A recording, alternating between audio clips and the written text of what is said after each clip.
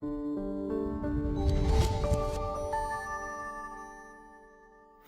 agora eu quero dedicar alguns minutos à palavra de Deus com você e pedir o seu coração, a sua atenção.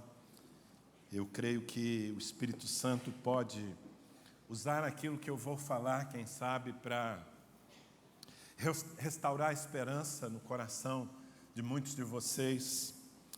Eu quero dar um brado do céu aqui, à sua alma, algo que Deus colocou no meu coração. Não deixe morrer a promessa. E queria que você abrisse a sua Bíblia no livro de Gênesis, capítulo 21. Vamos ler parte da história de uma mulher que não é das mais admiradas da Bíblia, mas deveria ser, porque faz parte de um propósito de Deus. Uma escrava egípcia chamada Agar. Essa mulher passou por momentos muito difíceis na vida e quase abriu mão da promessa que Deus havia feito a ela. Você tem promessas de Deus na sua vida? Alguns com convicção responderam amém. E os outros? Você não tem promessa? O que você fez da sua Bíblia? Jogou no lixo? A sua Bíblia está cheia de promessas de Deus para você. São promessas gerais que nós podemos agarrar e dizer eu creio e tomar como propriedade nossa, porque Deus as liberou sobre todos. Mas as promessas muitas vezes são particulares. Às vezes Deus fala pessoalmente com você acerca de algum projeto, de alguma coisa, e Ele diz, eu vou abençoar isso. E eu já disse aqui outro dia que não há um bem maior que você possa ter em mãos, mais valioso do que uma promessa de Deus. Uma promessa de Deus é muito, muito valiosa. Eu quero ler o texto e a partir dele nós vamos fazer essa reflexão. Peço que só tire um pouquinho aqui da reverberação para mim aqui, ok, Alex? Gênesis 21, 14. Levantou-se, pois, Abraão de madrugada, tomou pão e um odre de água, pô-los às costas de Agar, deu-lhe o menino e a despediu. Ela saiu andando errante pelo deserto de Berseba. Tendo-se acabado a água do odre, colocou ela o menino debaixo de um dos arbustos e, afastando-se, foi sentar-se defronte à distância de um tiro de arco, porque dizia, assim não verei morrer o menino. E sentando-se em frente dele, levantou a voz e chorou. Deus, porém, ouviu a voz do menino, e o anjo do Senhor, o anjo de Deus, chamou do céu a Agar e lhe disse, que tens, Agar? Não temas, porque Deus ouviu a voz do menino daí onde está. Ergue-te, levanta o rapaz, segura-o pela mão, porque eu farei dele um grande povo. Abrindo-lhe Deus os olhos, viu ela um poço de água, e indo a ele, encheu de água o odre e deu de beber ao rapaz. Deus estava com o rapaz que cresceu, habitou no deserto e se tornou flecheiro. Habitou no deserto de Parã e sua mãe o casou com uma mulher da terra do Egito. E se a história continuasse, eu acho que eu poderia resumir o que viria depois. Com esse menino se tornou um grande povo. Deus cumpriu as promessas que havia feito a seu respeito. Queridos, tudo o que Deus chancela com uma bênção, tudo o que Deus gera no nosso coração, ou que nós geramos e que Deus vem e diz, eu abençoo isso, eu estou nisso, se torna sagrado na nossa vida. Às vezes nós não temos essa percepção. Às vezes achamos que quando um casal de jovens se apresenta ao altar e se casa, isso é algo entre eles e Deus não tem muito a ver, mas se Deus abençoou, então significa que aquele casamento não é um casamento qualquer, é um casamento sagrado, abençoado. Se você levanta uma empresa porque você orou e Deus colocou no seu coração, lhe deu uma direção, a partir do momento em que Deus fala, aquilo se torna santo. E tem o favor de Deus, porque uma palavra empenhada pelo Senhor, o Deus que não pode mentir e que pode realizar qualquer coisa, como eu disse, é algo que vai jogar em nosso favor se nós fizermos a nossa parte. Essa mulher, que como eu disse, não é das mais admiradas da Bíblia, porque ela entrou na história, na verdade, pela contramão. Quem conhece a história sabe que Agar era uma escrava egípcia, escrava de Abraão e Sara, sua mulher. Deus havia prometido um filho a Abraão, ainda que ele fosse velho, sua mulher fosse estéril. E o tempo passou e o filho não nasceu. E Abraão e Sara fraquejaram na fé por um momento, e Sara concebeu a ideia que era, do ponto de vista deles, um atalho. Sara disse: já que Deus não nos dá um filho, não faz o milagre que precisamos, então, Abraão, deite-se com a minha escrava Agar e faça um filho com ela. E assim aconteceu. E desse ponto de vista da família de Abraão, obviamente isso não estava no plano de Deus, porque o filho que nasceu dessa relação não era aquele que Deus havia prometido a Abraão.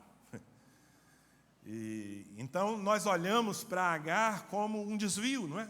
Temos essa tendência de olhar para ela como alguém que entrou na história para trazer problema. Mas, na verdade, Deus olhava para essa mulher, sempre olhou com misericórdia, como Ele olha para qualquer ser humano. E depois de nascido o filho de Agar, Deus lhe fez promessas. Houve um dia em que ela, angustiada, ainda grávida, ela fugiu. E no meio do caminho ela foi encontrada pelo Senhor, fugindo, e Deus falou algumas coisas com ela. Até então ela não conhecia o Senhor. Eu gostaria de ler esse texto, está em está em Gênesis, capítulo 16, do versículo 7 em diante. Presta atenção na história, porque é importante que você entenda que Deus chancelou a vida daquela criança que iria nascer.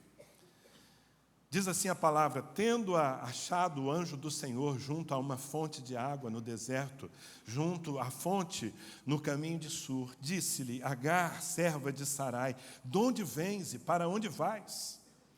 Ela respondeu: fujo da presença de Sarai, minha senhora. Então lhe disse o anjo do Senhor: volta para a tua senhora e humilha-te debaixo das suas mãos. Disse-lhe mais o anjo do Senhor: multiplicarei sobremodo a tua descendência, de maneira que por numerosa não será contada. Disse-lhe ainda o anjo do Senhor: concebeste e darás à luz um filho, a quem chamarás Ismael, porque o Senhor te acudiu na tua aflição.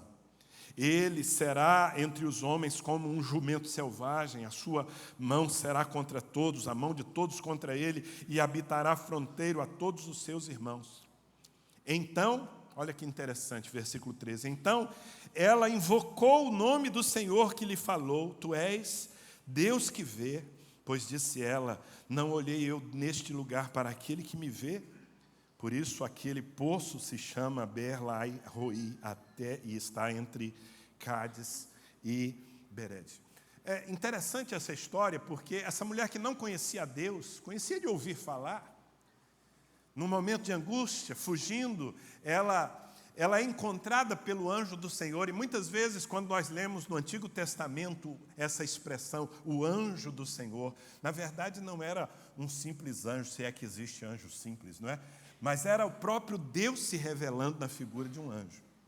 E Deus falou com ela e disse: Sarai, por que você está fugindo? Volta, volta, porque você ainda tem um tempo lá com Abraão e Sara, que se chamava até então Sarai.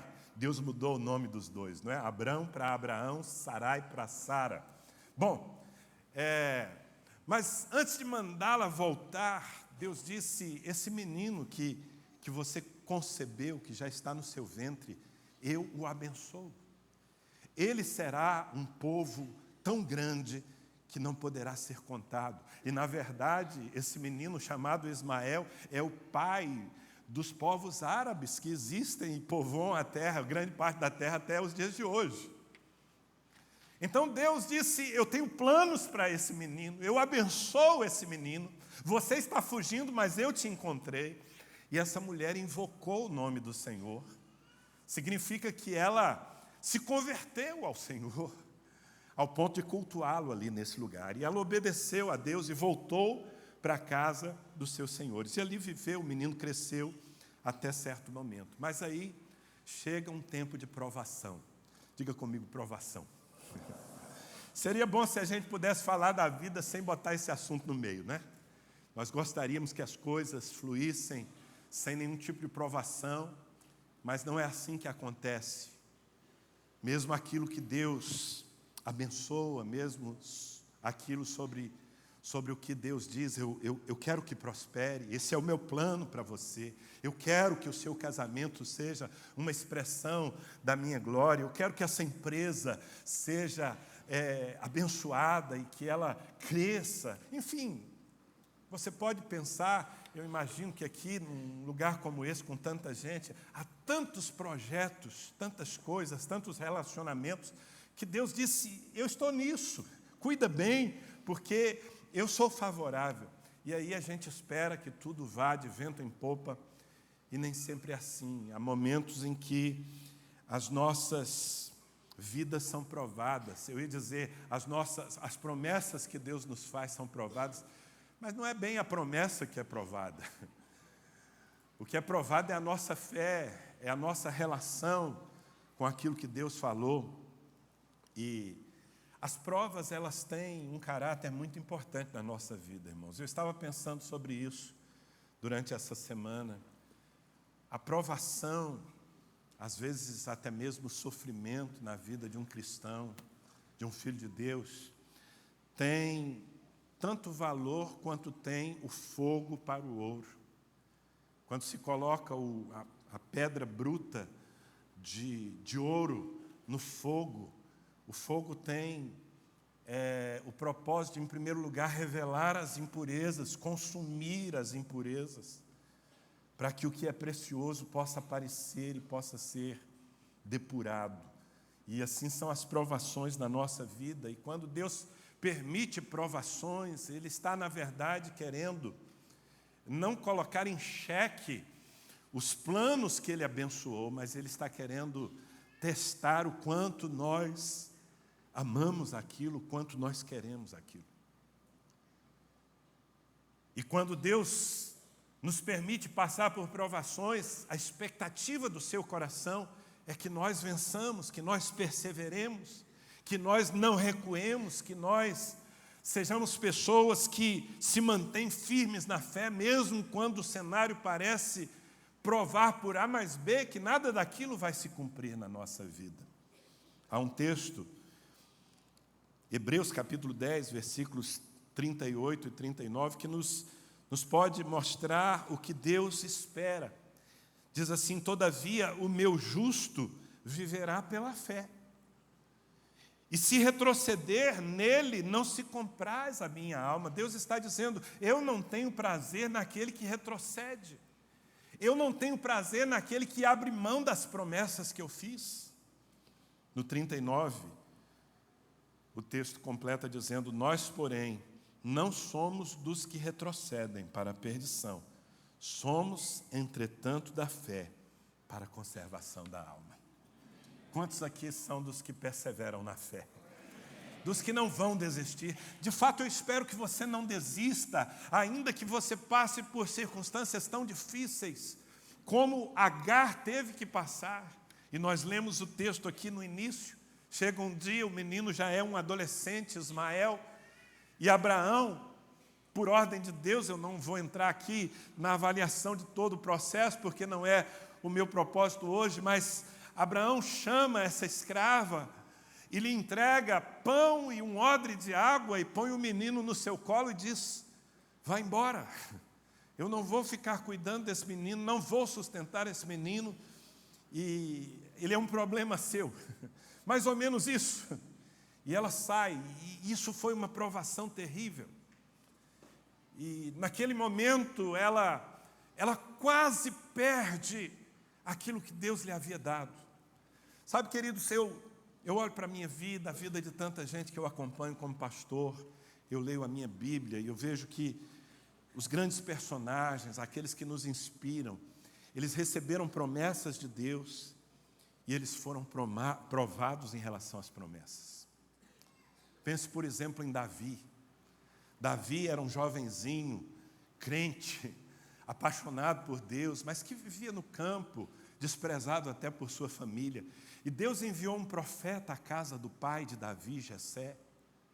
Porque Deus disse àquele profeta: eu tenho entre os filhos de Jessé um jovem que se tornará rei de Israel. Você que conhece a história sabe que Samuel, profeta do Senhor, foi à casa de Davi e o chamou e derramou óleo sobre a sua cabeça e profetizou sobre ele. Deus falou coisas tremendas e disse que ele seria o rei de Israel. Mas no dia seguinte Davi acordou e não tinha um trono para sentar, muito ao contrário. O trono estava ocupado e a vida seria muito difícil pelos próximos anos. Ao ponto de que Davi tem que fugir. O rei que estava no trono, Saul, ele odiava tanto a Davi a partir de certo momento que ele começou a persegui-lo. Eu fico imaginando Davi numa daquelas cavernas. Muitos dos salmos que nós lemos e às vezes nos consolamos com suas palavras são lamentações de Davi nesse tempo difícil da sua vida, em que ele tinha que fugir, se esconder de caverna em caverna para salvar a própria vida da perseguição mortal de Saul. Eu fico imaginando esse homem numa noite escondido, com medo, numa caverna, e dizendo: mas, e quanto àquela palavra de Deus, Deus disse que eu seria o rei de Israel, e hoje eu não tenho certeza nem se eu estarei vivo amanhã. Ele foi provado. Assim como foi provado José. José é um personagem que me impressiona. Aliás, eu estou me dedicando nesses dias a escrever o meu próximo livro, e o personagem principal é José. O título do livro é algo como Viver Acima da Média. Quem quer viver acima da média? Bem, se você quer viver acima da média, prepare-se para provações. José também, jovenzinho, ele recebia sonhos de Deus. Ele sonhava e via a sua família toda, seus pais, seus irmãos curvados diante dele, para que ele os abençoasse. E ele cria de todo o coração naquelas promessas. Mas de repente a vida virou pelo avesso. Os seus próprios irmãos passaram a odiá-lo, traíram José, venderam-no como escravo. Ele foi parar numa terra distante, o Egito, e lá ele passou 20 anos, foram 20 anos difíceis, longe da sua família. Sequer notícia ele tinha, não sabia nem se os seus pais estavam vivos. Tanta coisa aconteceu. Eu fico imaginando que em alguns momentos ele tenha sido assaltado pela dúvida. Ele se lembrava daqueles sonhos e ele olhava para o cenário e ele dizia: não tem nada a ver com o que Deus me falou. Mas ainda assim, esses e tantos outros personagens da palavra de Deus não abriram mão da promessa. Eles não retrocederam, ainda que tiveram dias de angústia, eles não retrocederam. E voltando aqui para a vida dessa mulher que é a nossa inspiração hoje, chega o dia em que ela é provada em relação a tudo que Deus havia falado sobre o seu filho, porque agora ela tem que dar conta dele sozinha. E nós lemos o texto aqui, e eu acho que a provação se tornou ainda pior por causa de algumas escolhas que Agar fez ali no susto, sabe, amados? Às vezes circunstâncias nos surpreendem na vida. Nós não esperávamos por aquilo e é perigoso que no susto nós tomemos decisões erradas ou nós deixemos certos apoios para trás que seriam tão importantes. Eu vou ler de novo aqui alguns versículos que eu li no começo, só para que você se fixe neles. Versículo 14: levantou-se, pois, Abraão de madrugada, tomou pão e um odre de água, pô-los às costas de Agar, deu-lhe o menino, Ismael, e a despediu. Ela saiu andando errante pelo deserto de Berseba. Tendo-se acabado a água do odre, colocou ela o menino debaixo de um dos arbustos, e afastando-se foi sentar-se defronte à distância de um tiro de arco, porque dizia: assim não verei morrer o menino. E sentando-se em frente dele, levantou a voz e chorou. Esses 4 versículos mostram quão perto ela esteve de perder tudo.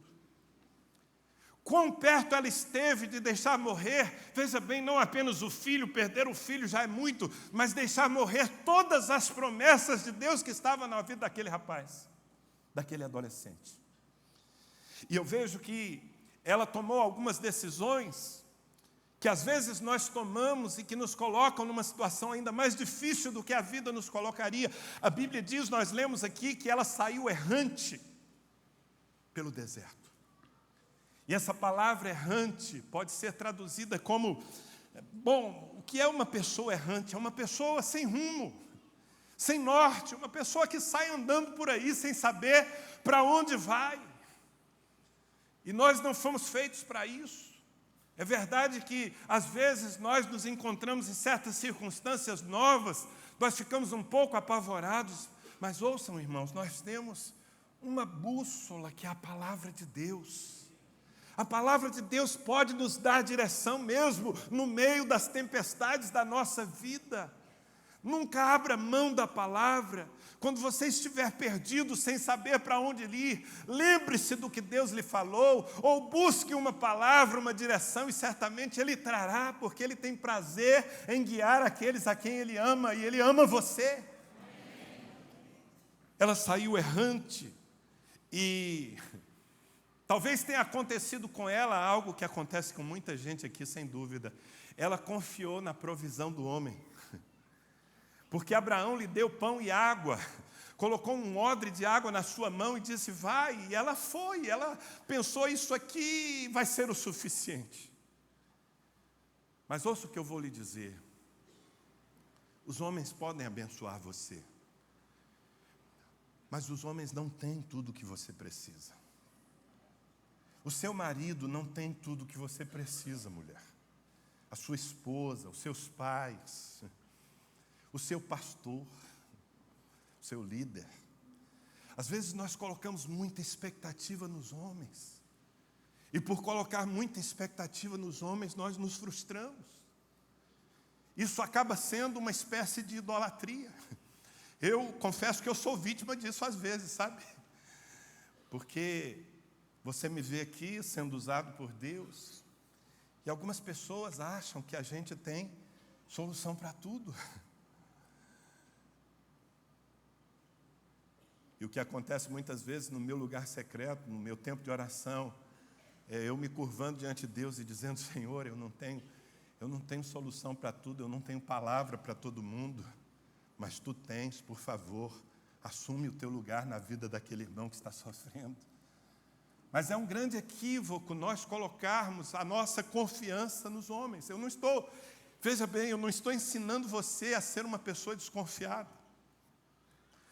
Quando a Bíblia diz: maldito o homem que confia no homem, não está querendo gerar em nós uma desconfiança. Está apenas querendo nos convencer de que nós não podemos esperar tudo de pessoas. Porque somente Deus tem tudo o que nós precisamos. E a boa notícia é que Ele tem. E a notícia melhor ainda é que está à sua disposição pela graça e pelo sangue que foi derramado na cruz do Calvário. Então, ela achou que a água que Abraão lhe deu seria suficiente. Não foi, a água do odre acabou. A água do odre acaba. Às vezes eu encontro pessoas que estão por um tempo na igreja e depois saem. E quando você vai tentar entender o porquê da decisão de saírem, elas dizem: porque eu esperava receber da igreja mais do que eu recebi.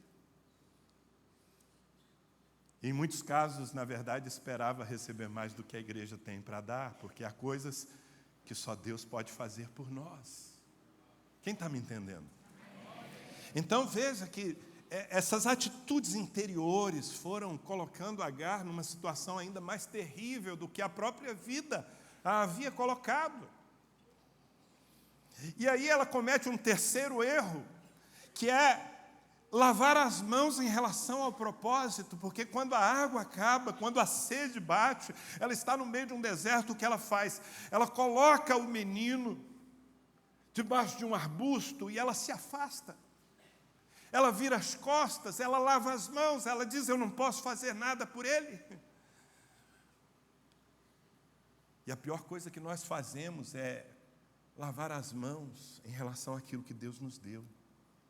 Sabe, ainda que você se sinta sem o que é necessário para investir. Eu estou falando do seu casamento, eu estou falando dos seus filhos, eu estou falando do seu negócio, eu estou falando do seu ministério. Às vezes a gente olha e fala: mas eu não tenho mais nada. Mas ainda que você pense não ter mais nada, nunca abandone, nunca deixe para trás aquilo que Deus lhe confiou. Eu estou te falando isso em nome de Jesus. Nunca vire as costas para o propósito. Essa mulher fez isso, colocou o menino e se distanciou. E mais do que isso, dentro do seu coração, ela admitiu a morte da promessa. Ela disse: eu vou me afastar porque eu não quero ver morrer o menino. Em outras palavras, dentro de si, ela estava admitindo: ele vai morrer, e com ele vai morrer a palavra que Deus havia dado a seu respeito. E é terrível, porque se nós chegarmos nesse ponto, nós podemos estar cortando os nossos vínculos com o Senhor, porque a única coisa que nos conecta a Deus é a fé.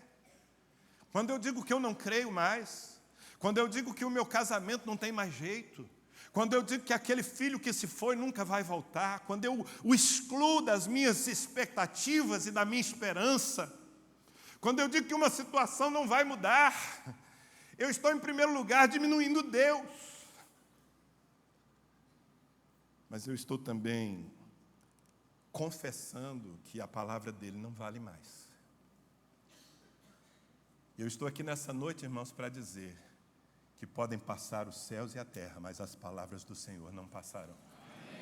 Estou aqui para dizer para você que Deus vela pela sua palavra para a cumprir. Eu estou aqui para dizer para você que Deus é um Deus que não pode mentir. Nele não há mudança e nem sombra de variação. O que Deus diz é.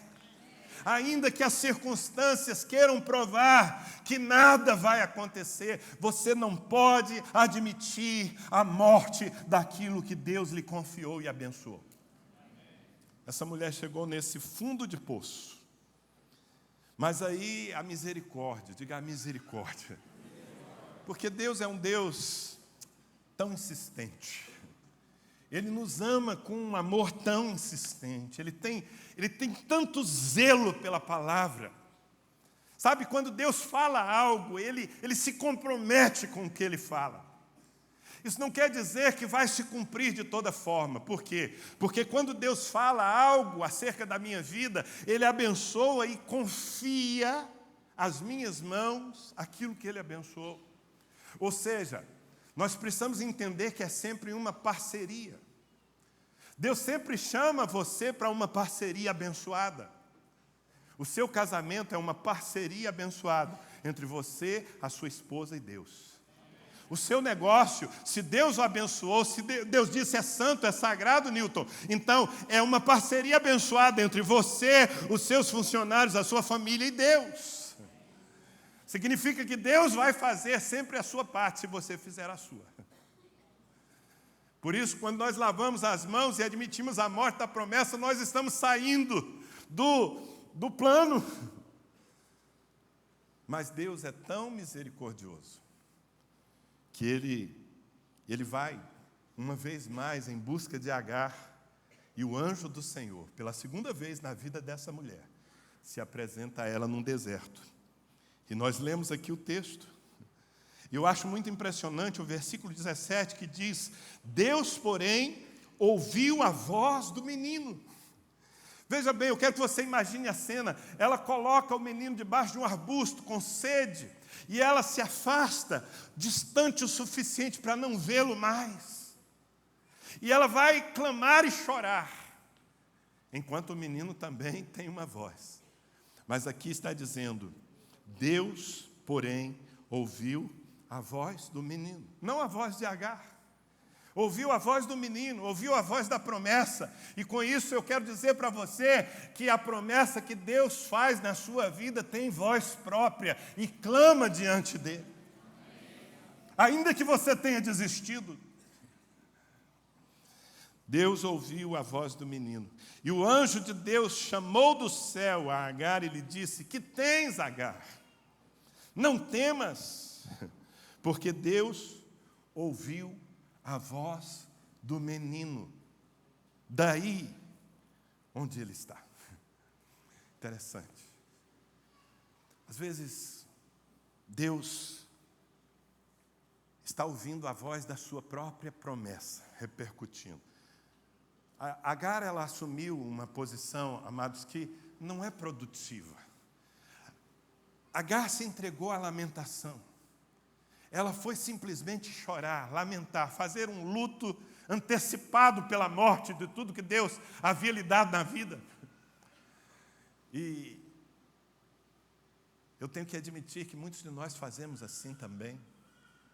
Nós, ao invés de investirmos na fé, na expectativa positiva de que Deus vai agir, nem que seja na última hora, nós preferimos lamentar, preferimos reclamar, preferimos nos colocar na condição de vítimas de tudo. E sabe, tem uma oração que nunca é ouvida no céu. É uma oração que, se você fizer, é perda de tempo, porque Deus não dá ouvidos a essa oração. Sabe qual é? Mimimi, mimimi, mimimi. Deus não ouve mimimi. Sabe, Deus ouve pessoas que clamam diante dele, que dizem, Senhor, eu estou sofrendo, mas eu sei que tu tens todo o poder na minha vida, e eu sei que tu tens uma porta para abrir no meio dessa dificuldade. Deus ouve esse tipo de gente, mas pessoas que simplesmente se lamuriam, que simplesmente choram, não são ouvidas pelo céu. Você se lembra daquele paralítico que estava à beira do tanque de Betesda nos tempos de Jesus? A Bíblia conta que ele estava ali naquela condição há 38 anos, sofrendo. E quando Jesus se manifesta àquele homem, se põe diante dele, veja bem, irmão, Jesus Cristo de Nazaré, aquele que tinha o poder para mudar imediatamente a vida daquele paralítico, e Jesus pergunta para ele, você quer ser curado? Qual é a resposta dele? Você se lembra? Mimimi, mimimi, mimimi. Pode ver, está na sua Bíblia. Essa é a resposta. Quando Jesus pergunta, você quer ser curado? Ele diz, Senhor, eu sofro tanto, eu estou aqui há tanto tempo, e ninguém me ajuda, sabe? Eu acho que depois do seu discurso, ele esperava que Jesus olhasse para ele e dissesse, tadinho. Às vezes o que nós estamos esperando é um tadinho de Jesus. E ouça, Jesus nunca vai olhar para você e dizer tadinho, porque Ele não te vê como um coitado, Ele não te vê como uma pessoa sem saídas. Na verdade, Ele te vê como um abençoado, e Ele está à sua disposição para mudar a sua vida.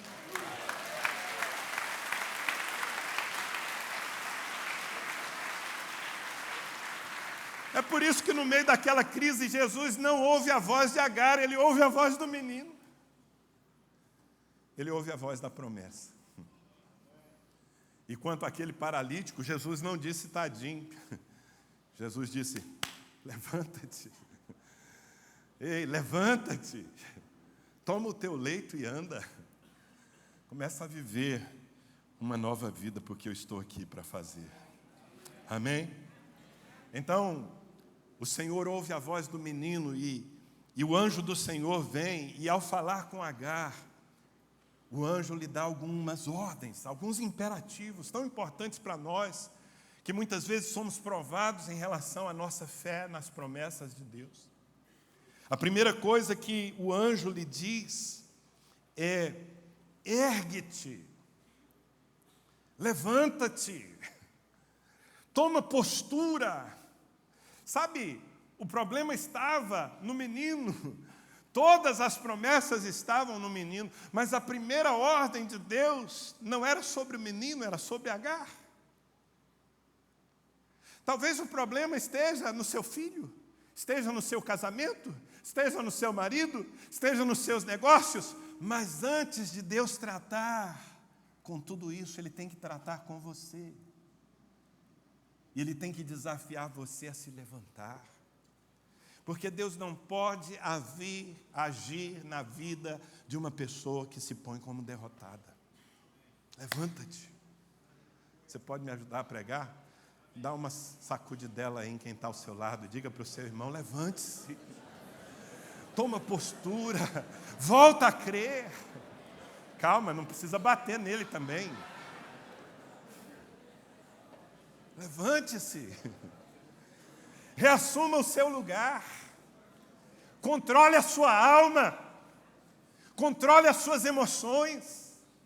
Realinha as tuas expectativas na presença de Deus. Porque quando Deus levanta você, Ele pode começar a mudar as coisas que estão em volta de você. Amém?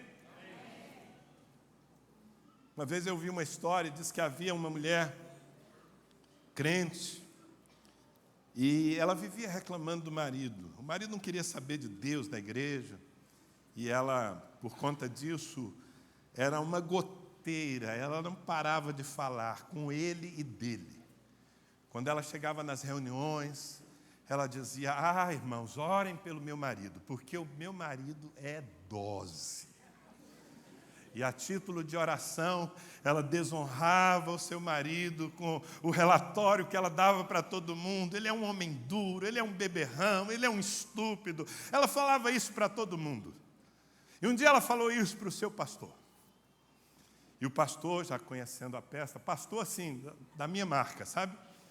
O pastor olhou para ela e falou, minha irmã, você precisa aprender a abençoar o seu marido.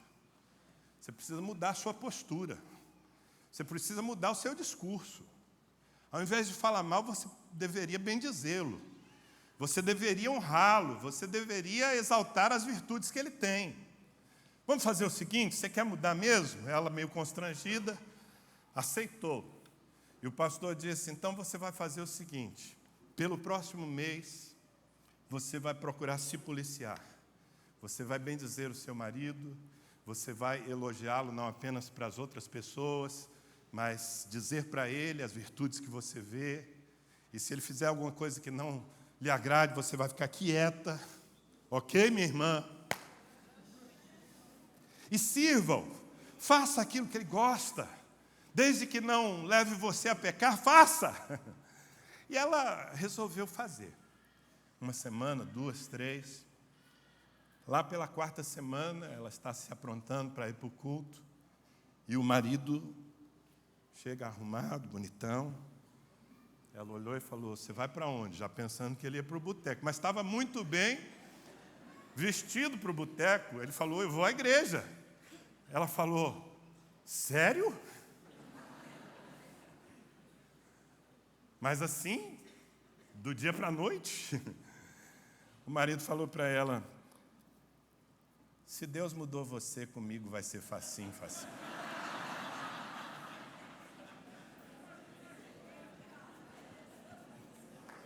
Levante-se.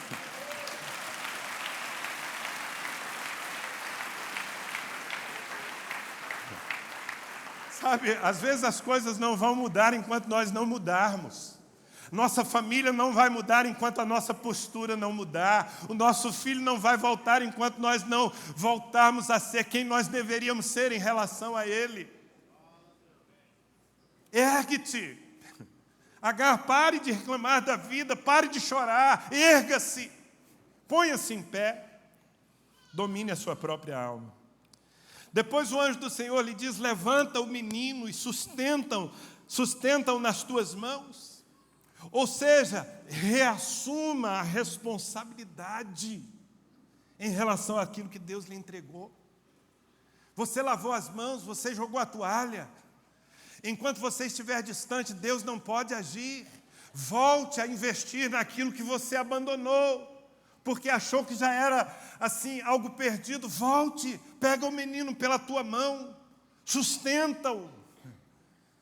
Eu acho que Deus está falando nessa noite. Volta a investir no seu casamento.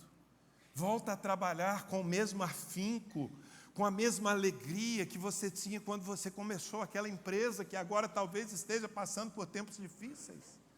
Se Deus chancelou isso, veja bem, irmãos, eu não estou falando sobre nós sermos teimosos e nós continuarmos investindo naquilo que Deus não abençoou, não é sobre isso. Há coisas que nós inventamos na nossa vida e que Deus não tem nada a ver com elas. Eu estou falando sobre aquilo que Deus disse: eu estou com você. E se está passando por um tempo difícil e você, sabe, deixou para lá, o que Deus está te dizendo nessa noite pega o menino pela mão e volta a cuidar dele. Amém? Quem está entendendo a palavra do Senhor? Porque dele farei uma grande nação, um grande povo. Sabe o que Deus está falando? Agar, eu já te prometi, faz tanto tempo, você se esqueceu das promessas. Esse menino não vai morrer porque eu tenho promessas na vida dele. E eu quero que você reavive as promessas que estão no teu coração, mas que foram cobertas pelas cinzas, pelo pessimismo, pela incredulidade. Eu farei dele um povo grande. E quem sabe é o que o Espírito Santo está fazendo aqui nessa noite. Te fazendo lembrar das promessas. Outras coisas começaram a falar mais alto, as circunstâncias, as vozes das pessoas incrédulas que estão à sua volta, e você passou a dar mais ouvidos às vozes de tudo isso do que à voz de Deus, que lhe foi empenhada lá atrás. Mas hoje o Espírito Santo está chamando você para reavivar as promessas, porque se Deus falou algo, está valendo. A palavra de Deus não envelhece, não perde a validade, amém, queridos? E por fim, a Bíblia conta que não apenas Deus reavivou as promessas no coração dessa mulher, mas Deus lhe abriu os olhos e ela viu um poço de água. Estavam ali morrendo de sede e de repente Deus lhe abriu os olhos. E eu acredito que seja o que mais nós precisemos, especialmente em tempos de provação, que os nossos olhos espirituais, que os olhos da fé, que os olhos do nosso homem interior sejam abertos, para nós enxergarmos além das possibilidades naturais, para nós enxergarmos de acordo com o poder de Deus na nossa vida. Deus quer abrir os seus olhos nessa noite. Você que está se vendo num beco sem saída, você que se sente encurralado, você que já lavrou o protocolo de atestado de óbito daquilo que Deus lhe prometeu. Deus está dizendo: deixa eu tocar nos seus olhos e fazer você enxergar aquilo que você não está enxergando. Porque, meus irmãos, muitas vezes nós estamos desesperados porque só estamos enxergando o natural.